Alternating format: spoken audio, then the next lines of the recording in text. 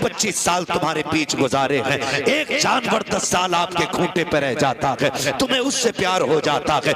10 महीने बकरा लेके बांध लेते हो, कुर्बानी पे कुर्बान करते वक्त आंसू आ जाते हैं। हम कितने बेहिस हो गए हैं। जिसने 25 साल हमारे बच्चों को कुरान पढ़ाया, हमारी कब्रों पे खड़े होकर के अजानें पढ़ी, हमारे मरने वालों के लिए कुरान पढ़ के सुनाया, 5 वक्त हमें रब की चौखट पे ले जाता रहा। आज 25 साल के बाद अगर कोताही हो गई है तो हमारे रवैये बदल जाते हैं, तेवर बदल जाते हैं। डर रब के अजाब से अगर खता इससे हो गई है तो इसको माफ फरमा दे, मर के कब्र में आएगा खुदा तुझको माफ फरमा दे।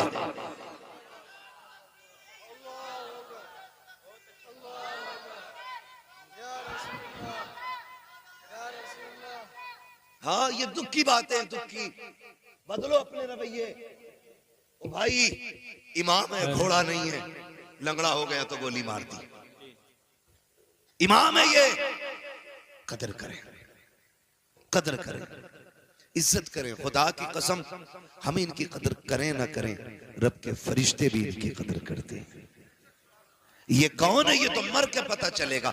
आज खसाब हूं ना मैं, आज प्रधान हूं, आज टांग पे टांग रख के बैठता हूं, कोई बोल नहीं सकता सामने, मेरे सामने किसी की आवाज ऊंची नहीं होती है। आज के ये लहजे हैं, सारी अकल निकल जाएगी। जिस दिन मलाकुल मौत ने पंजा रख दिया, उस वक्त सारे लहजे नीचे हो जाएंगे, सारी सांसें ठंडी हो जाएंगी। जो रग थिरकती रहती है, इसको खरकत देने वाला कोई नहीं मिलेगा। ओ मेरे भाई, आज जिंदगी दी है रब ने, अपनी जिंदगी का मुहासबा करें, बजाय इसके कि किसी और पे हम तोहमतें लगाएं, इल्जाम लगाएं, जलील ठहराएं। अपने आप के बारे में सोचो, और जब कभी गुनाह याद आ जाया करे, रात को मस्जिद का दरवाजा खुला है, जाके मुसल्ला बिछा दो, रो के रब को आवाज दो। वो तो इतना करीम है, तुम एक बार रहमान कहते हो, वो 70 बार तुम्हें या अब्दी कह के आवाज देता है। नारे तकबीर, नारे रिसालत, फैज़ाने बुजुर्गाने दीन अल्लामा मुफ्ती हम्माद रजा साहिब किबला, सुभान अल्लाह। इसका इको हल्का कर दें भाई, और आवाज बढ़ा दें, बात समझ में आनी चाहिए। हाँ, मैं शबीना पढ़ने नहीं, मैं बात कहने आया हूँ। जी जी, तवज्जो है सारे लोगों की। अल्लाह सलामत रखे, करेंगे इंशाअल्लाह। आवाज बढ़ाओ भाई ऑपरेटर साहब, करेंगे इंशाअल्लाह। ये सारी बातों पे कोशिश करें, और याद रखिएगा, कभी कभी लड़ाई हो जाती है, भाई इमाम की रोटी मैं नहीं दूंगा, मैं थोड़ी जाता हूं मस्जिद जो रोटी दूं। तो ये जुमले जरा सोच समझ के बोला कर। अल्लाह सबको सबका मेहमान नहीं बनाता है, बेशक बेशक, सबका सबको मेहमान नहीं बनाता है, हर किसी के हिस्से में मेहमान नहीं होता। और याद रखिएगा, जो भी हम खाएंगे, एक दाना भी खाएंगे, कयामत में उसका हिसाब देना है। एक दाना भी अगर खाएंगे, वो कई कई प्लेटें मार दे अल्लाह के करम से। दावत में अगर चला गया ना, खैरियत नहीं है। फिर आधा खाते हैं, आधा है कि नहीं ये बात। एक बाप जब बेटी की रुखसती के लिए रोटी का इंतजाम करता है ना, तो जब गोश्त तुलता हो ना, तब देखो उसे कितनी फिक्र होती है,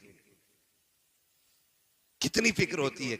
एक एक बोटी कम ना रह जाए, एक बोटी कम ना रह जाए। वो फेंकने वालों, थोड़ी गैरत करो।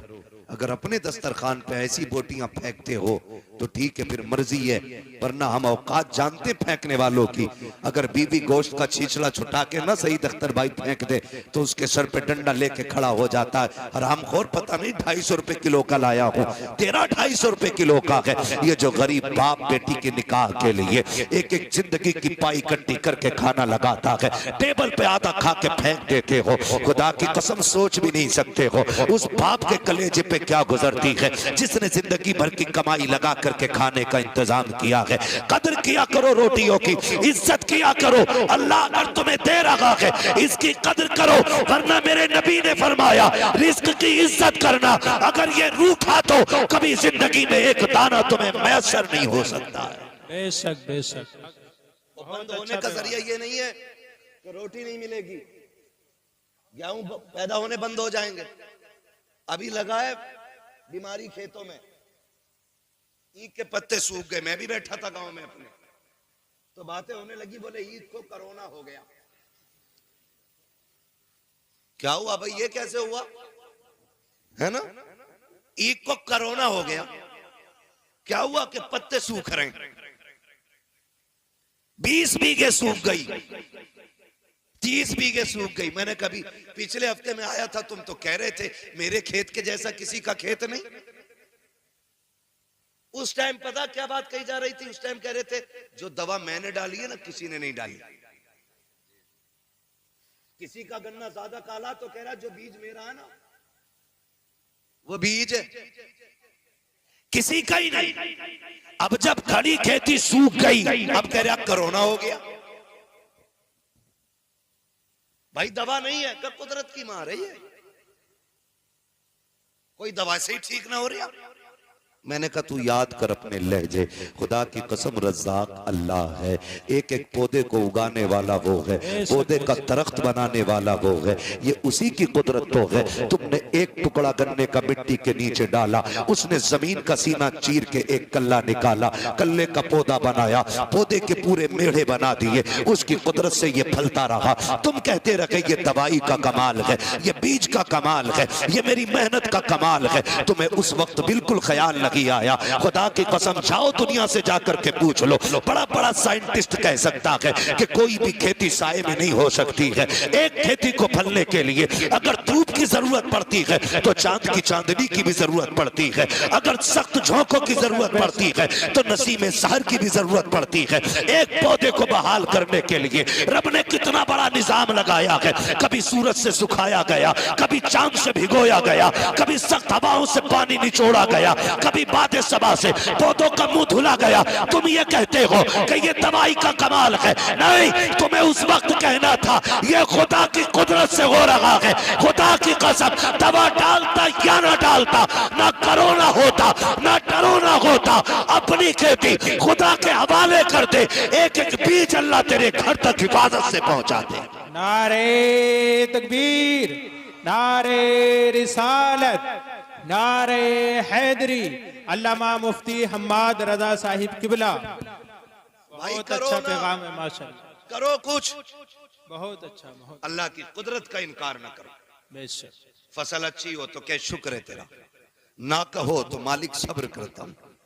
ये जो करोने हो रहे हैं ना, ये करोने इसलिए हो रहे हैं खेती में क्योंकि उशर कोई नहीं देता जी।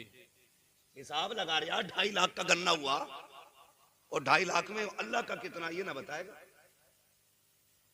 यही जब हम उशर और ज़कात नहीं देंगे तो फसलें मारी जाएंगी। बेशक। बनी इसराइल का दौर है, एक नबी उस वक्त के पहाड़ पर थे। वो कहते हैं कि मैंने अचानक बादलों के अंदर से आवाज सुनी, कोई कह रहा था चलो फलां के खेत को सैराब करो। तो जो है ना, सुन रहे मेरी बात, अल्लाह करे ये बात आपकी समझ में आ जाए। हाँ, तो वो कहते हैं कि जब मैंने बादल से ये आवाज सुनी ना तो मैंने गौर किया ये जा किधर रहा। कहते हैं जहां मैं था वहां बादल बरसा और वहां से एक नाले की शक्ल में पानी चला। वो बयान करते हैं कि मैं पानी के साथ साथ चला, मैंने जाके देखा एक किसान अपने खेत में पानी भर रहा था। मैंने जो नाम सुना था, जो बादलों में नाम लिया गया था, फलां का खेत सैराब करना है, कहते मैंने उससे जाके पूछा तेरा नाम क्या, उसने वही नाम बताया।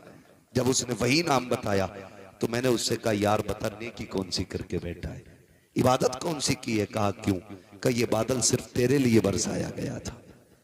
ये बनी इसराइल के नबी कहते हैं, जो उस वक्त के नबी हैं, वो कहते हैं उस वक्त के नबी थे। उन्होंने कहा, मैंने कहा यार बता नेकी कौन सी की है, कौन सी इबादत करके बैठा है जो तेरे लिए सिर्फ बादल बरसा है। उसकी आंख में आंसू आ गए। उसने कहा इबादत क्या करूंगा, मैं रब का गुनाहगार बंदा। कहा फिर ये बादल तेरे लिए क्यों बरसा, क्या अमल करता है। उसने कहा जब मेरी खेती तैयार हो जाती है, इससे जो भी पैदा होता है उसके मैं 3 हिस्से किया करता हूँ। एक हिस्सा बच्चों पे खर्च करता हूँ, एक हिस्सा अल्लाह की रजा के लिए गरीबों में तकसीम करता हूँ, एक हिस्सा फसल में लगा देता हूँ। अल्लाह अकबर, आवाज आई जो हमारे लिए गरीबों पे खर्च करता है उसकी फसलें मारी नहीं जाती हैं, अल्लाह उसके नसीब का पत्थरों से पैदा फरमा दे। सुभान अल्लाह, सुभान अल्लाह, माशाअल्लाह। लेकिन हम अगर पड़ा हुआ मिल जाए ना तो माले गनीमत, रातों रात बटियां की बटियां साफ। ओ भाई, जिंदगी जाब्ते के साथ गुजारे, जाब्ते के साथ गुजारे। हम कुछ भी नहीं और कोई औकात हमारी नहीं, सिर्फ इतनी है कि तेरे टुकड़ों पे पले गैर की ठोकर पे न डाल, बेशक झड़कियां खाएं कहां छोड़ के सदका तेरा। हम कुछ भी है ना हुजूर के करम से, हुजूर के करम से। ये तो नसीब है हमारा कि हम हुजूर की उम्मत में पैदा हुए। और खुदा की कसम, रसूल आजम भी हमारे हैं, बगदाद वाले गौसे आजम भी हमारे, बेशक बगदाद वाले गौसे आजम भी हमारे। आप तारीख का ये बाप पढ़ के तो देखें, दुनिया जानती है। कई बार ये सुना होगा, वाकया सुनाना मकसद नहीं, सिर्फ कुछ बताना चाहता हूं। सरकार गौस पाक के वालिद का नाम क्या है? सलामत रहो भाई, सलामत। हजरत अबू साले जंगी दोस्त रहमतुल्लाहि ताला अलैह वालिद, यही है ना? बोलो हाँ यही नाम है, मुझे भी यही लग रहा है। वालिद कई बार सुना होगा। रोजे से रहते थे, दिन भर रोजा रखना, रात भर नमाज पढ़ना।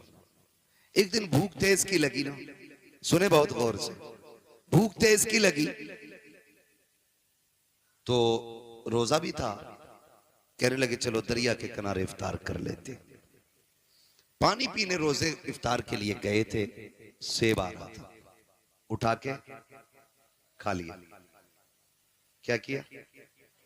अच्छा बताओ, किसी के पेड़ से तोड़ा था? बोले जरा, किसी से छीना था? दरिया में बहता हुआ आ रहा था, उठा के खा लिया। जैसे ही हलक के नीचे उतरा, फौरन दिल ने सवाल किया। दिल ने कहा, अबू साले, अगर रब ने कयामत में पूछ लिया कि जो सेब खाया था मालिक से भी पूछा था कि नहीं, जवाब क्या देना है? कांप गए, घबरा गए। रुक के जरा बताओ, दरिया का बहता हुआ सेब उठा के खा ले, दिल कबूल नहीं करता है। आज ना बाजार में बंदा खड़ा हो जाता है, इस ठेले से उस ठेले पे, उससे उस पे, सुबह से शाम तक ना उठा उठा के खा के कह रहा क्या रेट दी है? उसने कही 70 रुपए, कह रहा महंगी है। फिर सिंगाड़े वाले के पास पहुंचा, पहले खाया फिर पूछा क्या रेट है? का 60 रुपए, महंगा है। ऐसे पूरे बाजार में घूम फिर के ठलुआ बंदा पेट भर लेता है। हल्दी लगी ना फिटकरी, रंग चोखा आ गया। शाम को आया सीना चौड़ा करके, ओ भाई हराम के लुकमों से बच, हलाल के लुकमे खा। आज औलाद जूता लेके बाप के आगे खड़ी है, तो इसमें जिम्मेदार औलाद नहीं, बाप भी जिम्मेदार है। अगर तुम्हारा बेटा तुम्हारे सामने जूता लेके खड़ा है तो फिर लुकमे तलाश करो, कहां से खिलाए थे, क्या खिलाया था बच्चों को। इसलिए कि अगर लुकमे हलाल के होते हैं तो औलाद मां बाप की फर्माबरदार होती है। ये ख्याल रखिएगा मेरी बात का। हराम के लुकमे नस्लें तबाह कर देते हैं। देर नहीं लगती है ना मैंड पे चलने। हम लोग अक्सर खेत में घूमने वाले लोग, इसलिए इस लेवल से मैं बात कर रहा हूं। बारी मारी सूत के किसी के खेत में गुजर जाओ, धान के धोरा पूरा ही साफ है, एक बाल में धान नहीं मिलेगा, तो सब सूत दिए। और करना कुछ नहीं है, चार खाएगा बाकी। याद रखना, हिसाब देना पड़ेगा इसका, और हिसाब इतना सख्त होगा, पूछा जाएगा जो तूने दाना चबाया था वो कितना खाया था, और जो छिलका फेंका था वो कहां फेंका था किसका, किसकी जमीन में डाला। देखने में कोई औकात है धान के छिलके की, मगर हिसाब इतना सख्त होना है। लेकिन हमें डर नहीं लगता, अरे देखा जाएगा, देखा जाएगा, कम कोई नहीं है। बाट देख लो, बेच रहा है ना तो 900 ग्राम तोल लिया, खरीद रहा तो 101 किलो 100 ग्राम डंडी मार के ले रहा। कपड़ा अगर नाप रहा है तो 10 सेंटीमीटर कम है, वो कह रहा जी इतने में ही आया। और अगर कह दो छोटा रह गया तो सुकड़ गया होगा। आज हुकूकुल इबाद को बंदा हल्के में लेता है। हुकूकुल इबाद जरा दिल पे हाथ रख के बताएं, हर गांव में मेंढ का झगड़ा है, है कि नहीं? कहीं ऐसी जगह नहीं होती है, कहीं ऐसी जगह नहीं होती है जहां बैंड का झगड़ा ना हो। 4 इंच इधर की उधर कर दी, बड़ा बड़ा काबिल पड़ा बैंड काटने वाला, नीचे नीचे कुरेद का पानी भर दे, अगले दिन 4 इंच खेत बढ़ जाए उसका, क्या भाई इधर कैसा आ गई ना, लौट गई होगी। क्यों? ये तो 10 फीट की दीवार थी ना जो लौट गई होगी। और ये सोच रहा सबसे पैदावार उसा ही कुरेदेगा बैठ कर। और जब सामने वाला भी कम नहीं होता, उसकी गिर गई, उसने उठाई पूरी फीट भर अंदर रख दी, तेरी मां ने दूध पिलाया इधर रख के दिखा। याद रखिएगा, हजरत अली गुजर के जा रहे, 2 बंदे झगड़ा कर रहे, एक कहता था जमीन मेरी है, दूसरा कहता था जमीन मेरी है। हजरत अली को आते देखा, कहने लगे अली ठहरो, तुम तो शेरे खुदा हो, और नबी ने फरमाया अना मदीनतुल इल्म वालियुन बाबूहा, मैं इल्म का शहर हूं, अली उसका दरवाजा है, फैसला कर दें। फरमाया किस चीज का फैसला? कहने लगे ये कह रहा है जमीन मेरी है, मैं कह रहा हूं मेरी है, बताओ जमीन किसकी है? आपने ठोकर मारी जमीन के। कहने लगी जमीन जानती है तू मैं कौन हूं? उसने कहा जी आपको अबू तुराब कहा जाता है। कहने लगे एक बात पूछूं? कहा पूछे ना अली। जमीन से अली बातें कर रहे हैं, बताए कि कहा क्या? कहा ये कह रहा है मेरी है, ये कह रहा है मेरी है, तू बता किसकी है? जमीन ने अजीब बात कही। जमीन ने कहा अली इनसे कह दो ना मैं इसकी हूं ना मैं इसकी हूं, बल्कि ये दोनों मेरे हैं। हुए नाम वर बेनिशां कैसे कैसे, जमीन खा गई आसमां कैसे कैसे। जमीन ने कहा था ये मेरे हैं, इस 2-2 इंच के लिए तुमने क्या क्या ना किया। जरा सी मेंढ की खातिर तुमने अपनों पे गोलियां चलाई, अपनों के सर तोड़े, लाठियां डंडे चलाए, अपनों को घर से बेघर किया, बहन बेटियों को कोर्ट कचहरी में खचेड़ा, सिर्फ 2 इंच जमीन की खातिर। और यार क्या चला जाता अगर तुम अपने सगे भाई के लिए 2 इंच जमीन की माफी दे देते, या तुम्हारा क्या चला जाता अगर किसी भाई का हक ना मारते। और भाई जहां तू बाप का बेटा है वो भी तो बाप का बेटा है, बाप की संपत्ति में बेईमानी कैसी। लोग कहते हैं हम परेशान है, मैंने कहा किसी की औकात नहीं है जो तुम्हें परेशान कर सके। हमारी परेशानी की वजह हम ही लोग हुआ करते हैं। जाओ जाके कचहरियों में देखो, भाई का मुकदमा भाई के खिलाफ है, भाई का दावा भाई के खिलाफ है। जेलों में जाके देखो, जितने भी दाढ़ी टोपी वाले हैं उनको फंसाने वाले अक्सर मुसलमान क्यों होते हैं, उनका जायदाद का झगड़ा क्यों होता है। वो मेरे भाई खुदा का वास्ता इस 2 इंच 4 इंच फीट भर के लिए अपनों का खून न बगाना, इसलिए कि दौलत हाथ का मैल होती है लेकिन अपने मेहनत से नहीं बल्कि रब की तौफीक और नसीबों से मिला करता। नारे तकबीर, नारे रिसालत, नारे गौसियत, मसलके आला हजरत, उलमाए अहले सुन्नत। सुभान अल्लाह। कर दो भाई, मैं इससे अच्छा तो बिना माइक बोल रहा हूं। तवज्जो है सारे लोगों की। ओ भाई अपनों का खून ना बहाएं, खून ना बहाएं अपनों का। और तुम जिसके लिए अपने का गला काट रहे हो ना, ये तुम्हारे साथ कब्र में नहीं जानी। लेके गया है कोई? गया है कोई लेके? कोई नहीं। खाली हाथ आना है, खाली हाथ जाना, खाली हाथ जाना है। जब आए थे मुट्ठियां बंद थी, और जब जाओगे ये खुली हो जाएंगी, खुली हो जाएंगी, खुली हो जाएंगी। सिकंदर जिसने आधी दुनिया फतह कर ली थी और उसको पूरी दुनिया का बादशाह कहा जाता है। क्यों? क्योंकि जिस स्पीड से वो दुनिया फतह कर रहा था, अगर जिंदगी साथ दे देती पूरी दुनिया फतह करता वो। जानते हो, चलते चलते रास्ते में सांप ने काटा, जहर फैला, बिस्तर पे लेट गया, तबीबों ने इलाज किया। इलाज होते होते एक दिन तबीबों ने हाथ उठा दिए। तबीबों ने कहा ये बादशाह अब आखिरी लम्हात आ गए, बचोगे नहीं। उसने कहा कितना वक्त है? कहा बस चंद सांसें हैं। उसने कहा क्या मैं यहां से अपने वतन नहीं जा सकता? उन्होंने कहा नहीं। अब इतनी मोहलत नहीं है तुम अपने वतन जा सको। तब सिकंदर ने कहा था मेरे पास बहुत दौलत है, जाओ जाकर के ऐलान कर दो मेरी सारी दौलत कोई ले ले और इतनी सांसें दे दे कि मैं अपने मुल्क में जाके मर सकूं। तो सबने कहा था बादशाह सारी कायनात लेकर के कोई तुझे एक सांस नहीं दे सकता। उसने कहा फिर दौलत किस काम की? कहा लोगों मैं मर जाऊं मेरे हाथ कफन से निकाल देना। कहा किस लिए? ताकि दुनिया को बता दूं ये दौलत इतनी बेवफा है, तुम्हारे ही काम लगी आनी है, हाथ निकाल देना ताकि दुनिया दौलत को सब कुछ न समझे, दुनिया जान ले सिकंदर खाली हाथ आया था, खाली हाथ। नारे तकबीर, नारे रिसालत, नारे गौसियत, मसलके आला हजरत अल्लामा मुफ्ती हम्माद रजा साहिब किबला। सुभान अल्लाह, बहुत अच्छा पैगाम। ओ भाई ये किसी के साथ नहीं गई है और यह के बाद दीगरे सब की बारी है।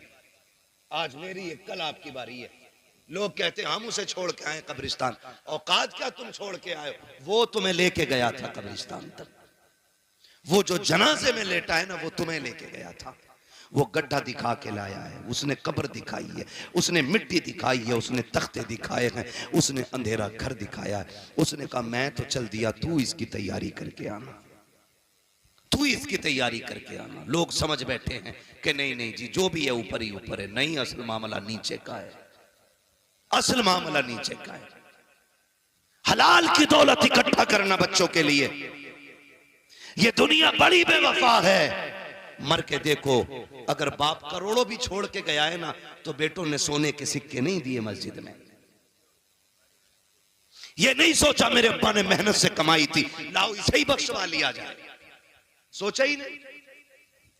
सोचा बाप की जायदाद है तो भाई ये माले गनीमत है, अब नहीं दूंगा मैं किसी को।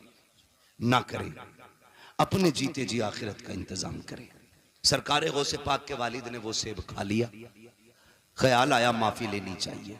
दरिया के किनारे किनारे चले, बाग मिल गया सेब का, टहनियां लटकी हुई पके सेब लगे थे। समझ गए इसी बाग का सेब होगा। डर कितना था, एक सेब की कीमत देखें, एक सेब की कीमत। आज लोग गरीबों का हक खा जाते हैं, डकार तक नहीं लेते।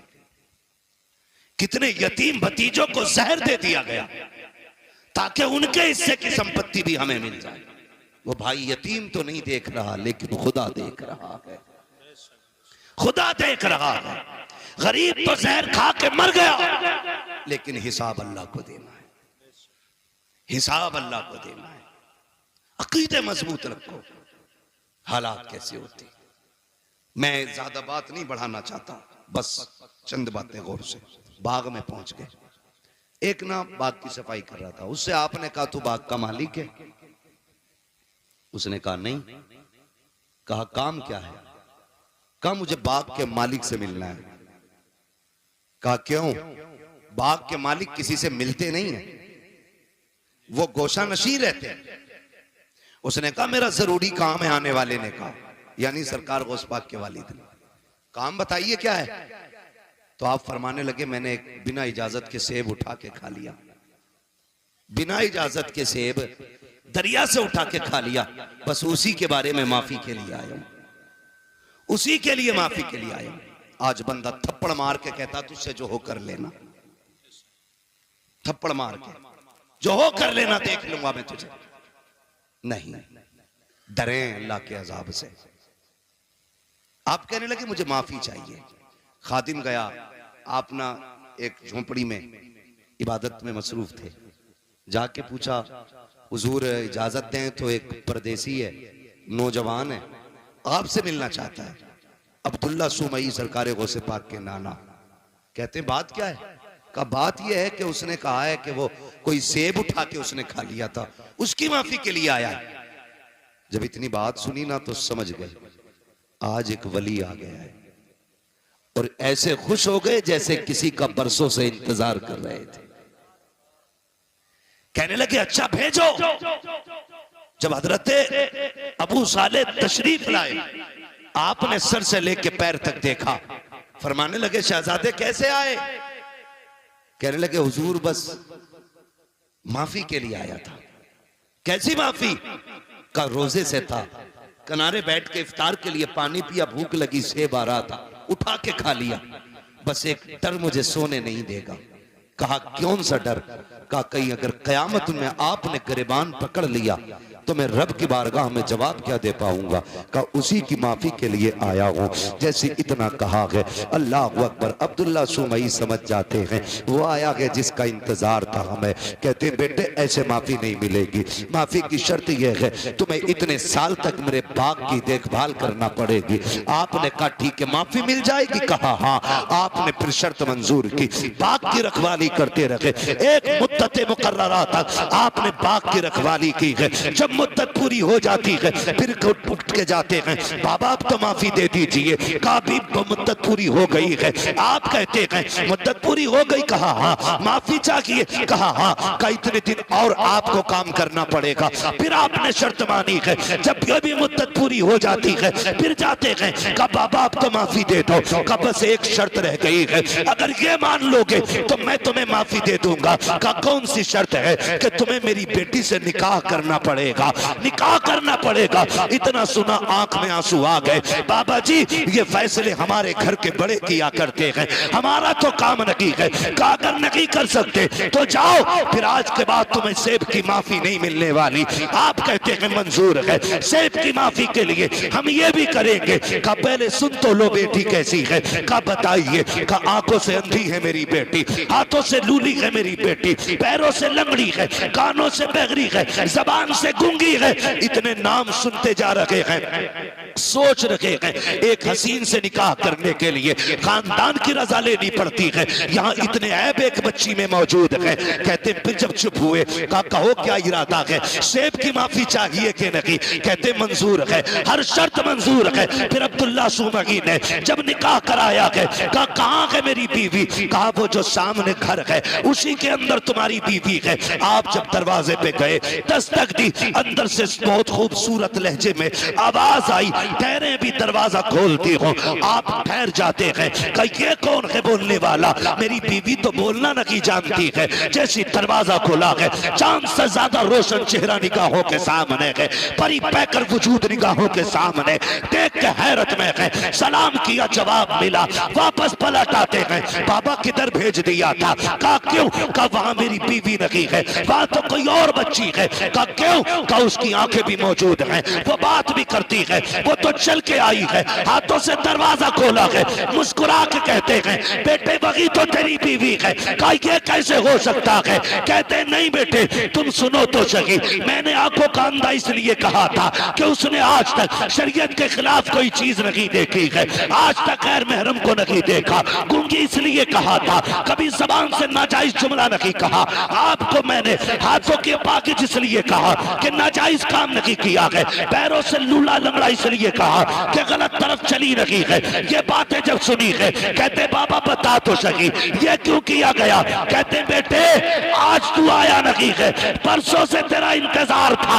मैंने कहा था मालिक बेटी शान वाली दी है, बेटा कहाँ मिलेगा? कहा बाग में रहे, हम लेके आएंगे, उसको पहले आजमा लेना, फिर इंतजार के साथ तू उसका निकाह कर देना। कहते ये जो मैंने काम कराया है तुझसे मजदूरी नहीं ली है, कीमत नहीं ली है, आजमा रहा था देखूं ये मेरी बेटी के लिए सही है कि नहीं। कहा तेरे तकवे ने बता दिया मेरी बेटी के लिए इस वक्त जमीन पे तुझसे ज्यादा बेहतर कोई हो ही नहीं सकता। नारे तकबीर, नारे रिसालत, नारे गौसियत, फैज़ाने गौसे आजम, फैज़ाने बुजुर्गाने दीन। सुभान अल्लाह। एक सेब के लिए अनदेखे में कह रहे हैं मुझे लूली भी पसंद है, लंगड़ी भी पसंद है। आज तो सगा बेटा अब्बा से कहते तो अब्बा कहता मैंने फला जगह रिश्ता कर दिया, बेटा कहता मुंह बंद रखो, लड़की मैं खुद देखूंगा। हाँ मैं खुद देखूंगा। अब्बा के मुंह का थूक सूख जाता है ये सुन करके। तू देखेगा भाई?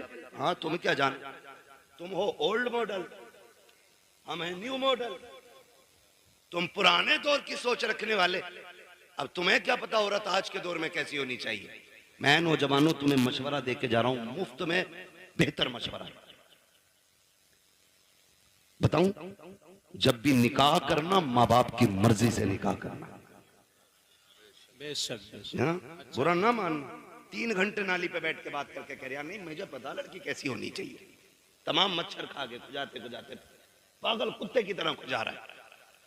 अब्बा से कह रहा मुझे पता है कैसी होनी चाहिए, तुम्हें नहीं पता। अरे इसने 40 साल एक औरत के साथ गुजारे, ये जानता क्या अच्छाई होती है उसमें क्या बुराई होनी चाहिए, और तू 3 घंटे फोन पे चिपक के कह रहा मुझे पता है। सुन भाई, अगर तुझे 3 घंटे में पता हो तो हमें तेरा भी अंजाम पता है। 6 महीने नहीं गुजरेंगे, या तो तलाक का तोहफा उसके सर पे होगा या मर्डर करके तू फ्रिज में रख चुका होगा। इसलिए आपसे गुजारिश है, रिश्ता करें तो बुजुर्गों की मर्जी के साथ करें। इसलिए कि अगर 1% कमी रिश्ते में होती भी है ना, तो उस कमी को माँ बाप की दुआएं पूरा कर दिया करती है, उस कमी को माँ बाप की दुआएं पूरी कर दिया करती है। कभी अपनी मर्जी नहीं लगानी है कि भाई मैं अपनी मर्जी से निकाह करूंगा, मेहनत से बाप पालता है। आज हम पूछते हैं ना क्या किया अब्बा ने, औलाद आगे आई तो पता चला बाप का किरदार क्या था। आज जब बेटे ने उंगली थाम के कहा ना अब्बा मेले में जाना है, तो पता चला कि बाप ने हमें कैसे पाला था। माफ कीजिएगा, बाप गरीबी की दौर में कंधे पे बैठा के मेले लेके जाता था। आज बाइक होते हुए हम अपने बाप का बोझ हॉस्पिटल तक नहीं ढो सकते। काय की इंसानियत हमारे अंदर। अपना सगा बाप गर्मी के मौसम में तेरे मेरे पेड़ के नीचे टाइम काटता है, और हम बीवियों के साथ ऐसी फ्रिज कूलर में, और कह रहा मौलवी तावीज दे दे बरकत हो जाए। देख तेरी बरकत रोडों पे फिर रही है, तेरी बरकत पेड़ों के नीचे है।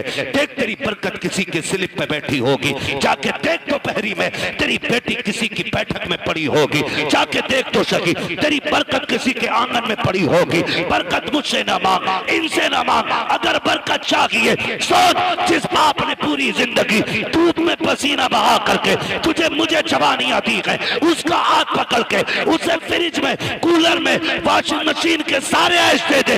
खुदा की कसम तू उसके ऐश का इंतजाम कर, खुदा तेरी कब्र में तेरे ऐश के इंतजाम फरमा दे। बेशक बेशक है ना, जितना बड़ा बेटा हो गया इतने लहजे बिगाड़ के बात कर रहे।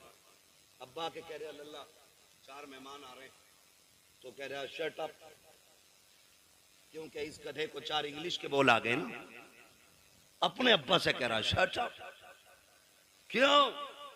कह रहा बेवकूफ हो तुम्हें पता है मेहमान कैसे बैठाए जाते? कहता आउट, आप बाहर जाइए, मैं देख लूंगा अपने मेहमानों को। वो जानवर अभी तो इतना भी बड़ा इंसान न बन सका कि अपने बाप को बाप कह लेता। खाली कोट पहनाने से गधा मास्टर नहीं हो जाता। बेशक अगर उसके कानों पे 8 पैन लगा दो वो डॉक्टर नहीं बनेगा। खुदा की कसम, इंसानियत अगर इंसान के अंदर है ना, तो वह 1000 शैतान डॉक्टरों पे भारी होता है। इंसानियत असल होती, और वो तरक्की पे लानत जो हमें अपनों का बेअदब बना दे। ये भी याद रखिए, जो हमें अपनों से दूर कर दे, लानत ऐसी तरक्की पे, लानत ऐसी कामयाबी पे जो हमें बाप का गुस्ताख बनाए। अल्लाह से कसरत नहीं, अल्लाह से बरकत मांगनी है। क्या मांगेंगे? बरकत मांगिए। कसरत तो ये है 15 लाख कमाते महीने में और खर्च 16 लाख होते। बताओ बंदा गरीब है क्या अमीर? गरीब। 15 कमा रहा है, 16 लाख खर्च कर रहा है। अमीर है क्या गरीब? जोर से, क्योंकि हर महीने 1 लाख का कर्जमंद हो रहा है। वो बंदा कमाता है 5000 और 4000 खर्च कर लेता, 1000 बच जाता। बताओ बंदा अमीर है क्या गरीब? बोले अमीर। ये बरकत और कसरत का फर्क है। 15 लाख में भी गुजारा ना हो इसे कसरत कहते हैं, और 500 रुपए में दिन कट जाए इसे बरकत कहते हैं। अपने रब से कसरत नहीं, बरकत मांगो, बरकत मांगो। शोहरत नहीं, इज्जत मांगो, इज्जत मांगो। और इज्जतें उन्हें मिलती हैं जो इज्जत वाले लोग होते हैं। करेंगे इंशाअल्लाह माँ बाप का एहतराम। संडे को छुट्टी होती है स्कूलों की। मेरा टाइम खत्म हो गया, अभी ओवर चल रहा है। होती है कि नहीं? संडे को छुट्टी होती है ऑफिस की, कॉलेजेस की, इन सब की छुट्टी होती है तो कोई वाइफ के साथ, दोस्तों के साथ छुट्टी मनाने जाता है। अल्लाह तौफीक दे, घर में बूढ़ा बाप हो, खाने पीने की गुंजाइश हो, एक दिन गाड़ी में बैठा, लेके निकल मार्केट, उससे पूछ जैसे वो बचपन में पूछा करता था क्या खाएंगे। कभी बाप से कहना अब्बा क्या खाएंगे, दिखा कभी उनको, अब्बा तुम्हारे दौर में ये कोल्ड ड्रिंक नहीं होती थी, अब्बा तुम्हारे दौर में ये आइसक्रीम नहीं होती थी, अब्बा इस दौर में देखो, अब्बा बताओ ना क्या खाओगे। खुदा की कसम तेरे खिलाने से खून नहीं, तेरा इतना कहने से ही बाप का खून बढ़ जाएगा, इतना कह देने से बाप का खून बढ़ जाएगा। खाली कहो अब्बा खाना क्या, रोज कहते हो ना बेटे बता क्या पकेगा, रोज पूछते हैं हम, दीदी कहती है ना क्या बनना, पूछ ले बच्चों से, बच्चे कहते हैं चिकन खाना, मटन खाना, ये फ्राई वो फ्राई, हम ये कहते हैं। कभी माँ बाप को बैठा के कहे अब्बा आज तुम बताओ क्या बनेगा, आज जो तुम कहोगे वो पकाया जाएगा। कभी उनकी मर्जी से भी खिलाओ, कभी उनकी मर्जी से बनाओ। और बीवी से कहते सुन, बहुत सुनी है, हर जगह अपनी चलाई हमने, लेकिन आज के बाद हमारे माँ बाप की चलनी है, इनकी मर्जी से पकेगा, जो ये कहेंगे वो खिलाया जाएगा। खुदा की कसम मैं समझता हूं 50% दवाएं बंद हो जाएंगी अगर औलाद बाप के साथ ये रवैया इख्तियार कर ले। एक टूटा हुआ इंसान, एक बिछड़ा हुआ इंसान, एक जंगल में खोया हुआ इंसान किसकी तलाश करता है? एक सच्चे हम सफर की, एक हमदर्द की, एक ऐसे शख्स की जो उसका दुख सुन सके। बाप उसी खोए हुए इंसान की तरह है बुढ़ापे में, उसी टूटे हुए शख्स की तरह है बाप जिसे दुनिया ने छोड़ दिया। वो चारपाई पे पड़ा है, उसे आज तेरे सेब की जरूरत नहीं, तुम्हारे जूस की जरूरत नहीं, आज उसे तुम्हारे दो मीठे बोलों की जरूरत है। बेशक लोग पूछते हैं क्या करें अब्बा की खिदमत, मैं सीधी बात कह देता हूं, अब्बा की खिदमत ही अगर करनी है ना, बूढ़ा बैठा हो ना और टेक लगा के बैठा हो, आप पीछे खड़ा हो, कंधे दबा के कहे अब्बा इन्हीं कंधों पे लेके जाते थे ना, वो मुस्कुरा के तुझे देखेगा। खुदा की कसम दुआएं होने लग जाएंगी। तू कभी कंधे दबा उसके, कभी तलवों में बैठ, कभी उसके गले में हाथ डाल, यारों के साथ तो खड़े हो जाते हो, बगल में बगल डाल के खड़े हो जाते हो, यूं भी लिपटा लेते हो, यूं भी पकड़ लेते हो। कभी बाप के कंधे पे हाथ रख के कहे अब्बा बताओ ना जिंदगी का कोई मंजर तुम्हें याद है कि नहीं, बताओ तुमने जवानी में कौन सा बड़ा कारनामा किया था। खुदा की कसम देखना जो ऐसे सिमट के बैठा होता है, जब बच्चे कहते हैं अब्बा बताओ जवानी का, फिर वो यूं होके बैठ के कहता है सुन जब मेरी उम्र 25 साल थी मैंने ये कारनामा अंजाम दिया था, जब मैं 30 साल का हुआ मैंने ये कारनामा अंजाम दिया। और जब बात तारीफ की आए बाबा कह के उसका हौसला बढ़ाता जा और ये कहता जा अब्बा ये तेरा जिगर था जो तूने किया है, ये तेरा हौसला था जो तूने किया है, अब्बा हमसे तेरी तरह नहीं होगा, इतना कह के तो दे। खुदा की कसम अगर बुढ़ापे में जवानी नजर ना आ जाए तो आगे बात कर। नारे तकबीर, नारे रिसालत, अजमते वालिदैन अल्लामा मुफ्ती हम्माद रजा साहिब किबला। वक्त दो अपने बाप को, बैठा करो उनके पास, कभी पूछो उनसे हाल चाल, अब्बा बताओ ना कैसी कट रही है, अब्बा बताओ ना क्या हो रहा है। वो तुम्हें हाले दिल बताएगा, वो तुम्हें हाले दिल बताएगा। फिर उसके साथ बैठो, उससे पूछो, उसको सुनाओ अपनी। खुदा की कसम फिर जीने के मजे देखो। बेटे बेटे मेरे सामने कोई ऐसा नहीं है जो हम में बिना बाप के आया है ना, सारे बाप वाले लोग हैं ना अल्हम्दुलिल्लाह, है कि नहीं भाई? समझदार बच्चे बैठे हैं, कोई ना समझ नहीं है, फिर सर नहीं हिलाना है, जुबान से बोलना है कि नहीं। सारे बाप वाले लोग हैं ना, अल्लाह ने सबको बाप की नेमत से नवाजा है। ये अलग बात है, कुछ कब्रिस्तान में आराम कर रहे हैं, कुछ बिस्तर में आराम कर रहे होंगे, लेकिन सारे बाप वाले लोग। जानते हो जिसका बाप ना अपनी कठिनाइयां गिनाया करे, उस बेटे पे लाजिम है वो और ज्यादा सिमट के अपने बाप के पैरों में बैठे। आज तुम्हारी जेब पे मेडल लग गया ना, आज तुम शान वाले हो गए ना, लेकिन बाप के आगे कुछ नहीं, बाप के आगे कुछ नहीं।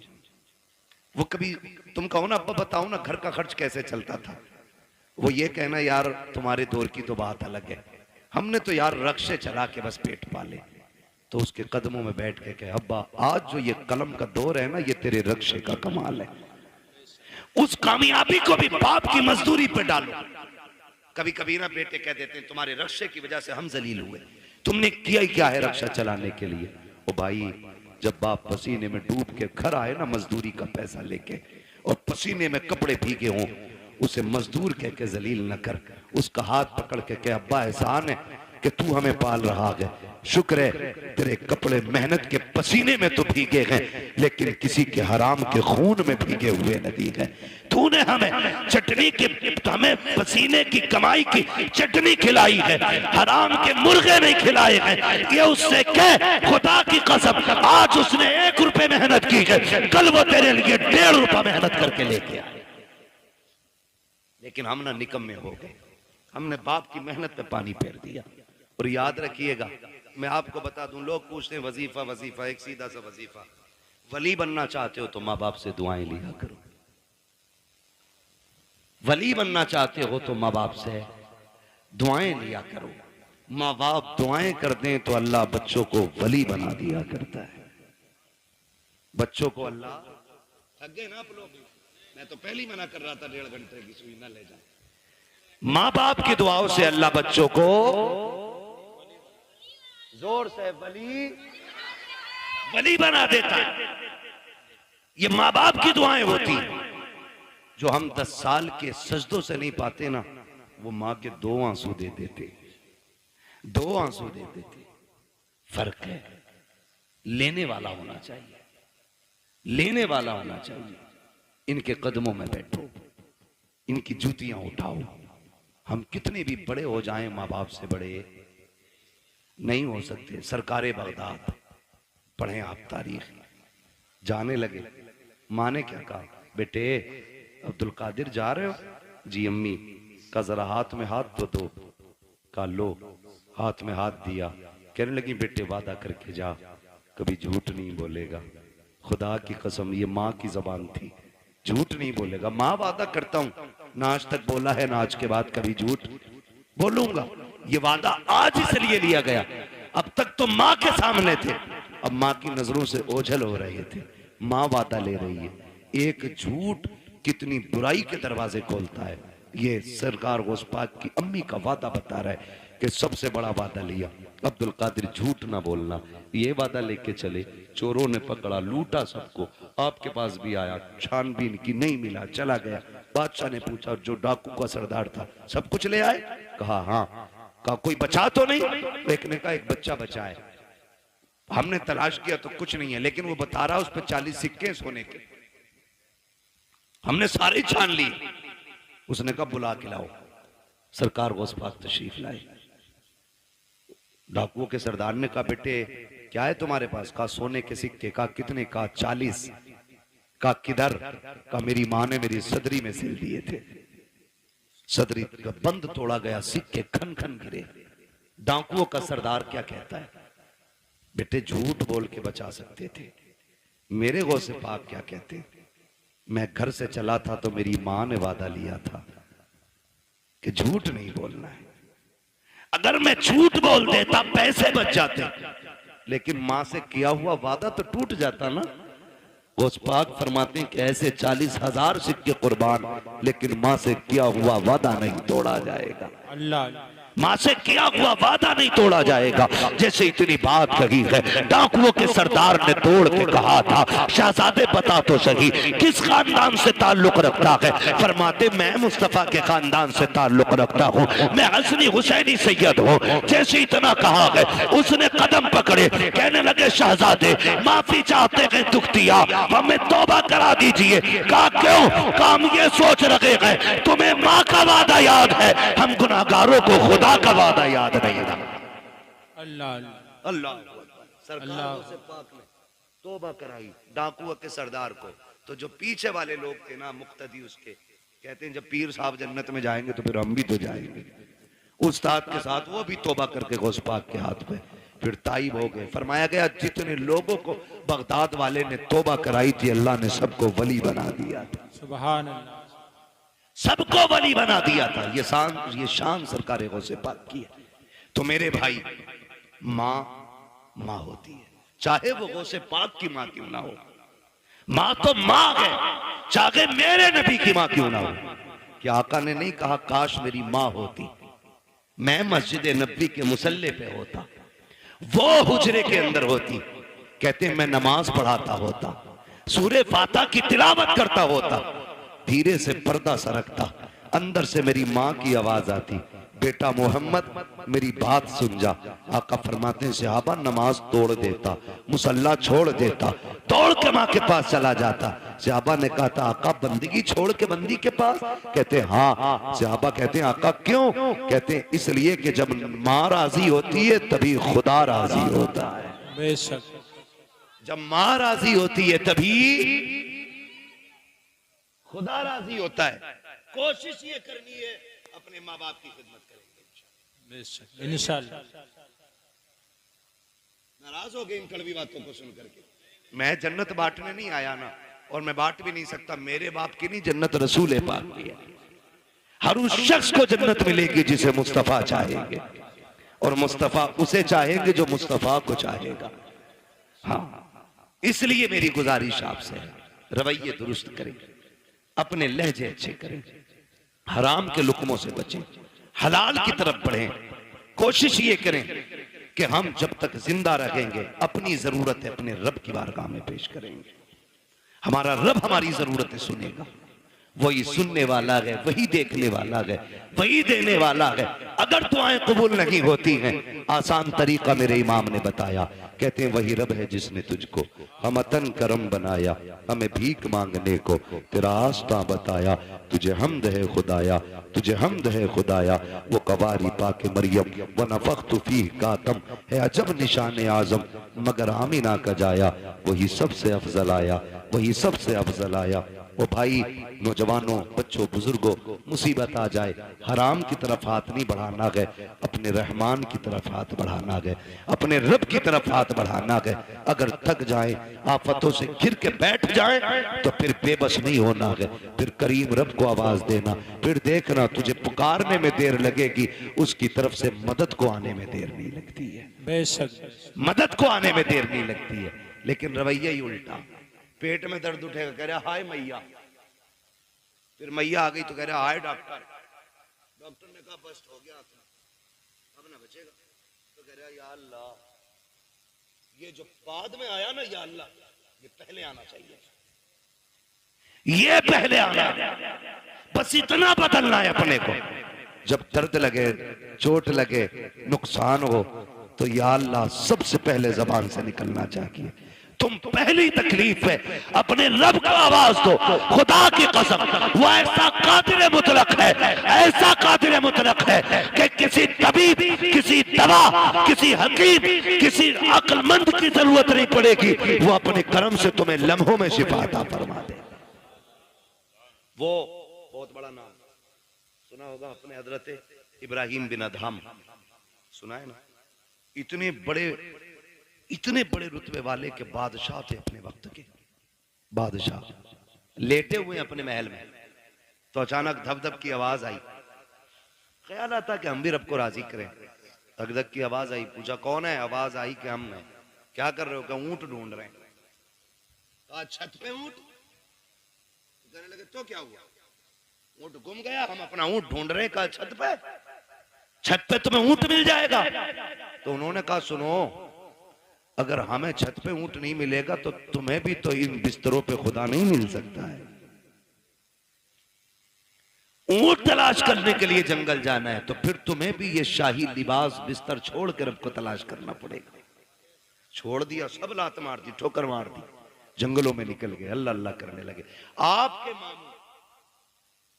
आपके मामू हजरत इब्राहिम बिन अदहम के पास गए।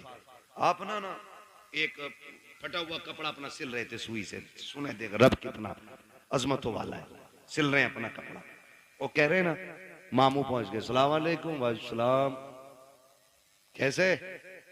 बस अपनी गुदड़ी सिल रहा।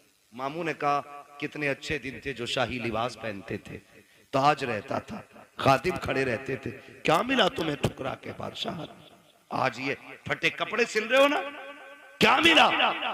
क्या मिला? आपने इतना सुना ना, पूछना चाहते हो मुझे क्या मिला? कहा हाँ, आपने जो सुई हाथ में थी दरिया में फेंक दी। कल सुई थी उससे भी हाथ धो बैठा, अब सिलेगा कैसे? फरमाने लगे ठहरो, आवाज देते मछलियों जरा सुई लेके आओ। जब इतनी आवाज दी ना तो सारी मछलियां, हर मछली के मुंह में एक सोने की सुई मौजूद थी। सुभान अल्लाह। कहने लगे मामू देखो, सबके मुंह में एक सोने की सुई। कहने लगे ये नहीं चाहिए, मेरी सुई लाके दो। एक मछली आपकी सुई लेके आई, उसमें धागा भी मौजूद था। आपने फरमाया हाँ यही मेरी सुई है। कहने लगे सुनो, जब तख्त पे बैठता था तो सिर्फ जमीन के चलने फिरने समझने वालों पे हुकूमत थी। जब से रब का हो गया हूं कायनात मेरी हो गई है। जब से रब का हो गया हूं कायनात मेरी हो गई है। रब के होने के आदी बने, खुदा की कसम वो अपने कर्म से तुम्हें वली बना देगा। वली कहते किसको? उसी को वली कहते हैं जो अल्लाह का होता है। वो बात याद आ गई, एक ना दीवाना गुजर के जा रहा, दीवाना गुजर के जा रहा था, बारिश का मौसम। किसी ने देखा मजरूब जा रहा, उसने कहा भाई दूध पी लो, गरम गरम दूध पिलाया, पिया, चल दिए, शुक्र अदा किया, आगे चले। वो खड़ाव पहन रखी थी दीवाने में, है ना, तो छप छप करके जा रहे थे। एक दीवाना अपनी महबूबा के साथ बैठ के गुलछर्रे उड़ा रहा था। उसके पैर की छींट ना दीवाने के उसकी महबूबा के कपड़ों पे आ गई। उसने कहा पागल दिखता नहीं है? उसने कहा मैडम क्या हुआ? जो उसका महबूब था कहा कि इसने मेरे कपड़ों पे गंदगी डाल दी। तो महबूब था उसका, ओवर एक्टिंग भी की, थोड़ा सा उठा और दीवाने के थप्पड़ मार दिया। दीवाने ने आसमान की तरफ देखा, कहने लगा शुक्र है मालिक तेरा, कभी बैठा के दूध पिलाता है, कभी थप्पड़ लगवाता है, कभी दूध पिलाता है, कभी थप्पड़ लगवाता है। अभी चंद कदम चला था, ये तो गुजर गया। वो उठी अपनी जगह से, चली, गिरी और मर गई, मर गई। किसी ने कहा कि जिसके थप्पड़ मारा ना उसने बद्दुआ की थी। लोग दौड़े, पकड़ के लाए, कहने लगे तूने इसके लिए बद्दुआ की थी? उसने कहा नहीं। कहा फिर ये मर कैसे गई? कहा सीधी सी बात, हिसाब बराबर हुआ। कहा क्या? कहा जब मेरे पैर से कीचड़ उछल के इसके महबूब के ऊपर पड़ी तो इसको बुरा लगा, इसने मुझे थप्पड़ मारा, और जब इसने मुझे थप्पड़ मारा तो फिर मेरे महबूब को बुरा लग गया। इसने अपनी हैसियत से बदला लिया, उसने अपनी शान के मुताबिक काम कर दिया। उसने कहा झगड़ा कोई नहीं, हिसाब बराबर है, हिसाब बराबर है। यही हजरत अली फरमाते हैं कि जब भी तुम्हारा मुकाबला किसी गरीब से हो तो अल्लाह से डरना, गरीब से डर जाना, कमजोर से डरना, भले ताकतवर से मत डरना। किसी ने कहा था अली कमजोर से क्यों डरना? ताकतवर से डरना समझना आता है, कमजोर से डरना समझना नहीं आता। तब हजरत अली ने कहा था सुनो, जब ताकतवर पे तुम ताकत दिखाओगे तो वो अपनी ताकत से बदला ले लेगा, लेकिन अगर तुम कमजोर पे ताकत इस्तेमाल करोगे तो वो बदला खुद नहीं लेगा, उसका बदला अल्लाह लेता है। कौन लेता है? अल्लाह लेता है।